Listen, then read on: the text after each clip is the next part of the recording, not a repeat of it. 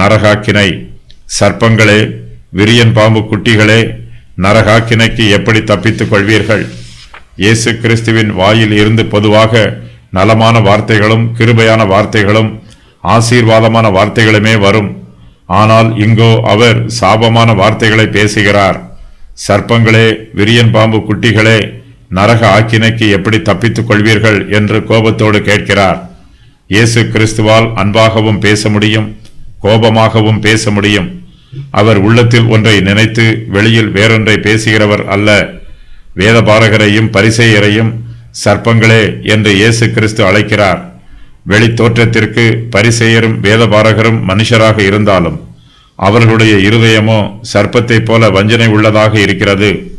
இவர்கள் விரியன் பாம்பு குட்டிகள். இவர்களும் இவர்களோடு சேர்ந்து இருப்பவர்களும் விரியன் பாம்பின் சந்ததியை சேர்ந்தவர்கள், விஷம் உள்ளவர்கள். கிறிஸ்துவை குறித்தும் அவருடைய சுவிசேஷத்தை குறித்தும் தூஷண வார்த்தைகளை பேசுகிறார்கள், விஷ வித்துக்களை தூவுகிறார்கள். ஆகையினால்தான் இயேசு கிறிஸ்து இவர்களை சர்ப்பங்களே என்றும் விரியன் பாம்புகளே என்றும் அழைக்கிறார். இவர்களுடைய மெய்யான சுபாவத்தை வெளிப்படுத்துகிறார்.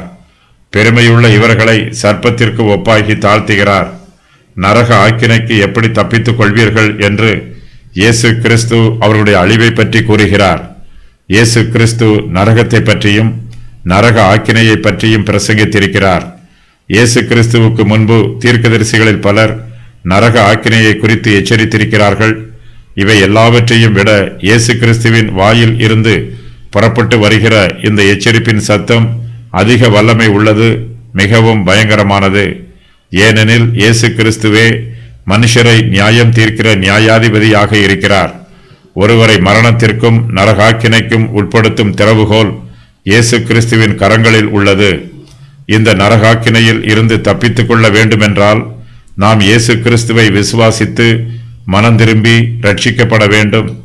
பரிசேயரும் வேதபாரகரும் தங்கள் இருதயத்தில் பெருமையோடு இருக்கிறார்கள். கிறிஸ்துவுக்கும் அவருடைய சுவிசேஷத்திற்கும் விரோதமாக கிரியை செய்கிறார்கள். இப்படிப்பட்டவர்கள் தங்களை தாழ்த்தி இயேசு கிறிஸ்துவை விசுவாசித்து மனம் திரும்பி மன்னிப்பு கேட்க மாட்டார்கள். ஆகையினால் இவர்களுக்கு நரகாக்கினை நிச்சயமாகவே வரும். இதில் இருந்து தப்பித்துக் கொள்வதற்கு இவர்களுக்கு வழியே இல்லை. ஆயக்காரரும் வேசிகளும் தங்களுடைய பாவங்களை உணர்ந்திருக்கிறார்கள். தங்களுடைய ஆத்தும வியாதியை உணர்ந்து பரம வைத்தியராகிய இயேசு கிறிஸ்துவிடம் வந்து சுகம் பெற்றிருக்கிறார்கள். தங்களுடைய பாவங்கள் மன்னிக்கப்பட்டு இவர்கள் நரக ஆக்கினையில் இருந்து தப்பித்துக் கொண்டார்கள். இயேசு கிறிஸ்து தங்களை பரலோகத்திற்கு அழைத்துச் செல்வார் என்னும் நிச்சயத்தோடு இருக்கிறார்கள். ஆனால் வேதபாரகருக்கும் பரிசேயருக்கும் நரக ஆக்கினையே நியமிக்கப்பட்டிருக்கிறது.